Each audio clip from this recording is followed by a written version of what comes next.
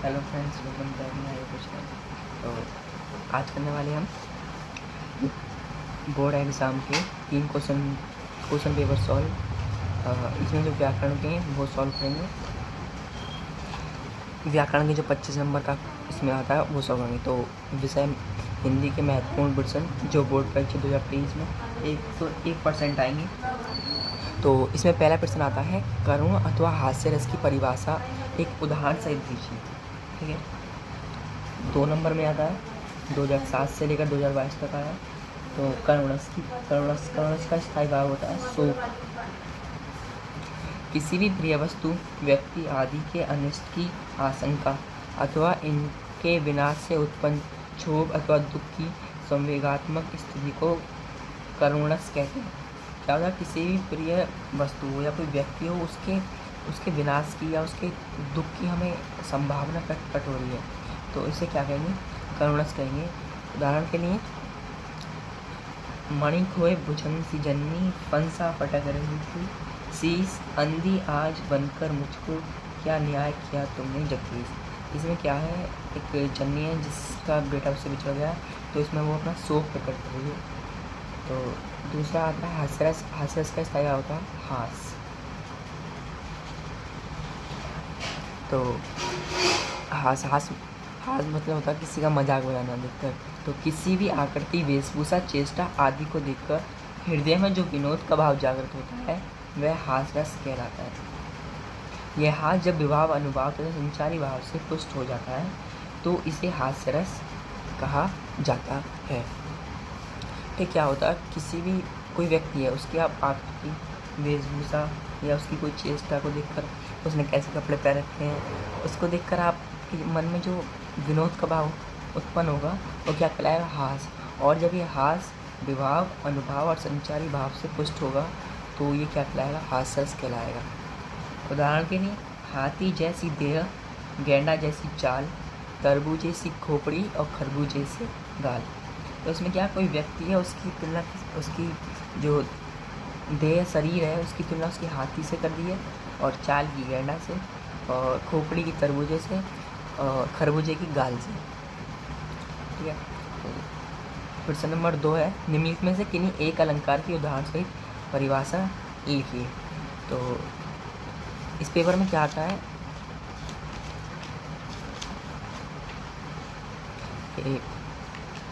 पहला तो हमने कर लिया, करुणरस अथवा हास्यरस में से किसी एक की परिभाषा लिखनी होती है। करुण की और मैंने हास्यरस की दोनों कर ली। उसके बाद इसमें क्या था, उपमा अलंकार, उत्प्रेक्ष अलंकार या फिर कभी कभी रूपक अलंकार है, इनमें से किसी की एक की परिभाषा उदाहरण सहित लिखनी होती है। तो इसमें हम तीनों की परिभाषा लिखेंगे। ठीक है। तो पहला है उपमा अलंकार। ठीक है। उपमा अलंकार क्या होता है, जहाँ पर किसी व्यक्ति या वस्तु की किसी अन्य व्यक्ति या वस्तु से किसी समान गुणधर्म के आधार पर समानता बताई जाए, वहाँ उपमा अलंकार होता है। क्या होता है, आप देखो 2 व्यक्ति खड़े हैं, ठीक है, क्या करो, आप दोनों की तुलना कर दो समान गुणधर्म के आधार पर कि ये ऐसा है और ये ऐसा है, दोनों के गुण आपस में मिल जाए। ठीक है। तो उदाहरण के लिए है, मुख मैंग सम मंजू मनोहर। यहाँ पर क्या है, मुख की तुलना सुंदर चंद्रमा से की गई है। ठीक है। उसके बाद आता है दूसरा, रूपक अलंकार। रूपक अलंकार क्या होता है, जहाँ उपमेय में, उपमान में कोई भिन्नता प्रदर्शित न की जाए, वहाँ रूपक अलंकार होता है। तो क्या हो, आपके 2 व्यक्ति हैं, ठीक है, उनमें आपको कोई भिन्नता नजर नहीं आ रही, लग रहा दोनों एक ही समान है, तो वहाँ पर क्या होगा, रूपक अलंकार होगा। उदाहरण के लिए, चरण कमल बंदो हरिराई, यानी कि हरि के चरण हैं वो कमल के समान हैं। ठीक है। उत्प्रेक्ष अलंकार परिभाषा, जब उपमेय में उपमान की संभावना की जाती है वहाँ उत्प्रेक्ष अलंकार होता है। कभी कभी ऐसा होता है ना कि हम 2 व्यक्ति को देखते हैं और लगता है हाँ शायद ही मैंने कहीं देखा है, संभावना भी की जाती है कि हाँ इसी के जैसा कोई एक व्यक्ति और था। तो उसी तरह देखा, मानो चरण कमल से कोमल हो। क्या है, यहाँ पर क्या कहा जा रहा है कि किसी के चरण हैं और कमल की तरह कैसे कोमल लग रहे हैं। फिर उसके बाद है प्रश्न नंबर 3 आता है इसमें, सोल्ठा अथवा रोला की परिभाषा उदाहरण सहित लिखनी होती है। सोल्ठा या रोला में से किसी एक की परिभाषा लिखनी होती है 2 नंबर में उदाहरण सहित। तो सोल्ठा और रोला की दोनों लेंगे। तो पहले सोलता, यह है दोहे का उल्टा छंद है। इसके पहले और तीसरे चरण में 11-11 मात्राएँ तथा दूसरे और चौथे चरण में 13-13 मात्राएँ होती हैं। क्या होता है इसमें 4 चरण होते हैं। पहले और तीसरे में क्या होते हैं 11-11 मात्राएँ होती हैं और चौथे और दूसरे में 13-13 मात्राएँ होती हैं। तो उदाहरण, सुनी केवल के बैन, प्रेम लपेट अटपटे, बिया से करुणा अयन, चितय जानकी लखन तन। ठीक है, ये उदाहरण हो गया 16 का। उसके बाद है रोला छंद क्या होता है? यह सम्मात्रिक छंद है। इसमें 4 चरण होते हैं और प्रत्येक चरण में 24-24 मात्राएँ होती हैं। 11 और 13 मात्राओं पर यति होती है। यति मतलब कि रुकना। यति मतलब रुकना होता है कि कहीं 11 पर रुक जाइए और कहीं 13 पर।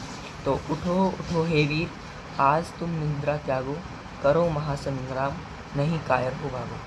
तो यही क्या है, कोई किसी व्यक्ति को उत्तेजित करने के लिए यहाँ पर ये एग्जाम्पल दिया गया है। तो इसके बाद है प्रश्न नंबर 4 और इसमें प्रश्न नंबर 4 आता है, निम्नलिखित उपसर्गों में से किन्हीं 3 के मेल से एक एक शब्द बनाइए। ठीक है, तो मैंने यहाँ पे पूरे 11 ले रखे हैं जो बहुत इंपॉर्टेंट है, 3 नंबर में ये आते हैं। तो ठीक है, तो पहला है ए का ए सत्य। लिखना खाली आपको एक होता है, 3 के मैंने 11 लिखवा दिए क्योंकि बोर्ड एग्जाम में इनमें से ही कोई ना कोई आएंगे। ठीक है, तो पहला ए का ए सत्य, असुविधा, अनु का अनुचर, अनुक्रम, अप का अपमान, अपशब्द, अप का उप का आएगा उपमान, उपकार, अभि का आएगा अभिमान, अभिसार, से का सहपाठी, सहमति, सु का सुलेख, सुलभ, अन का अनाचर, अनादि, अधि का अधिकार, अधिराज, परि का परिजन, परिभाषा, निर का निर्भय और निर्जन। ठीक है, तो ये आपको 3 नंबर में आएगा। तो उसके बाद आएगा, निम्नलिखित में से किन्हीं 2 प्रत्ययों का प्रयोग करके एक एक शब्द बनाइए। क्या दिए होंगे आपको? 5 प्रत्यय दिए होंगे, जिसमें से क्या होगा आपको दो से मिलकर आपको एक शब्द बनाना होगा। तो मैंने यहाँ पर लिए पूरे 8, तो इनमें से आएंगे। तो पहला है आई, भलाई, पढ़ाई, पन का बचपन, भोलापन, वट का बनावट, सजावट, हट का आहट, हट और आहट का क्या होगा? घबराहट हो जाएगा और बुलाहट, ता का मधुरता, कविता, तुआ का प्रभुत्व और गुरुत्व, वा का बुलावा और वहाँ का 5वां और 7वां।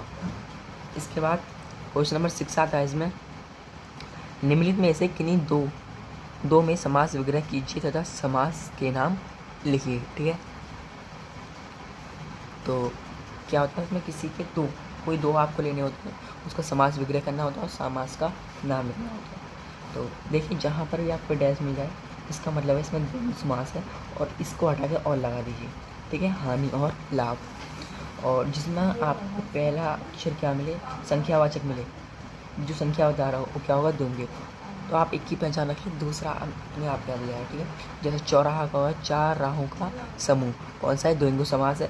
सप्त सिंधु, 7 सिंधुओं का समूह, कौन सा है? द्वंद्व समास। और फिर इसके बाद आता है, निम्नलिखित में से किन्हीं 2 शब्दों के तत्सम रूप लिखिए। ठीक है, इसके बाद तत्सम रूप लिखने के लिए आते हैं। तो प्रश्न नंबर 7 है, निम्नलिखित में से किन्हीं 2 शब्दों के तत्सम रूप लिखने के लिए आते हैं आपको। ठीक है, 2 नंबर में आता है ये भी।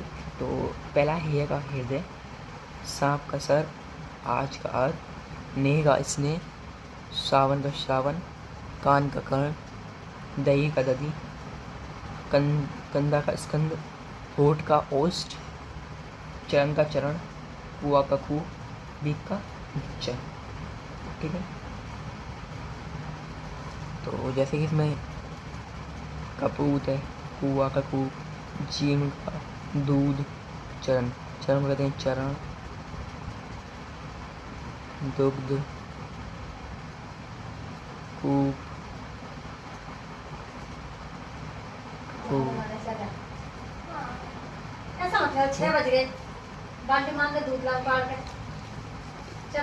इसके बाद आता है, निम्नलिखित में से किन्हीं 2 शब्दों के 2 पर्यायवाची शब्द लिखने हैं।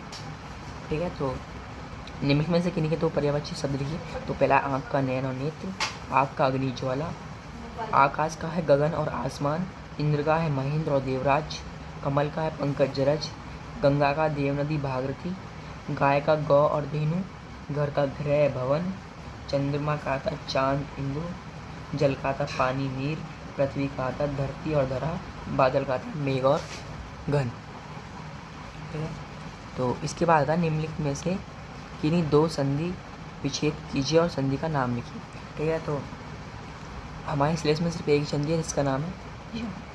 तो आपको हर जगह यण संधि यूज़ में करनी है। तो पहले देखा इति प्लस आदि, तो इत्यादि, अति प्लस आचार अत्याचार, प्रत्यय प्लस एकम प्रत्येकम, गुरु प्लस आदेश हो जाएगा गुरु आदेश, सु प्लस आगतम स्वागतम, प्रति प्लस उत्तम प्रियोत्तम, प्रति प्लस एक प्रत्येक, पितृ प्लस आज्ञा पितृ आज्ञा। ठीक है, तो ये कंप्लीट हो गया। उसके बाद आता है निम्नलिखित शब्दों में फर्स्ट विभक्ति का बहुवचन रूप लिखिए। इसका मतलब ये है, उससे पहले ये देख लीजिए प्रश्न नंबर 10 है, अपनी पाठ्य पुस्तक के कंठ किए हुए एक श्लोक लिखिए। तो ये प्रश्न नंबर 7 आता है, अपनी पाठ्य पुस्तक से कंठस्थ किया हुआ कोई एक श्लोक लिखिए जो इस प्रश्न पत्र में न आया हो। तो मैंने यहाँ पर 2 लिख दिए क्योंकि यहाँ पर एक पहला आया हुआ है। तो पहला है बंधनम मरणम वापी जयो वापी पराजय, उपयद्र समूह वीरो वीर बावोही वीरता। ठीक है, फिर दूसरा है सर्वो भवन्तु सुखिन सर्वे सन्तु निरामया, सर्वे भद्राणि पश्यन्तु मा कश्चित् दुख भाग भवते। ठीक है, तो ये भी 2 नंबर में आएगा। तो इसके बाद थे विभक्ति रूप लिखने दिया। ठीक है, तो निम्नलिखित शब्दों की फर्स्ट विभक्ति बहुवचन, तो कोई सी भी विभक्ति होती है, फर्स्ट प्रथम द्वितीय, कोई सी भी एक वचन बहुवचन, कोई सी भी रूप लिखने के लिए दे सकता है। तो मेरी एडवाइस ये कि आप सारे याद कर लें। मधुर और नदी के, मधु और नदी में से किसी एक के, फल और मती में से किसी एक के। ठीक है, तो और इसके बाद है निम्नलिखित में से किसी एक शब्द की धातु लकार पुरुष तथा वचन का उल्लेख कीजिए। तो इसमें भी आपको क्या हुआ, पट और हंस के, पट और हंस के आपको क्या करने होंगे, धातु रूप, इसके धातु रूप याद करने सारे, और इसके शब्द रूप, इसके शब्द रूप करने। तो मैं आपको दिखा दूँ कहाँ पर है, तो आप स्क्रीनशॉट लेना। तो फल और मदी के शब्द रूप ये रहे।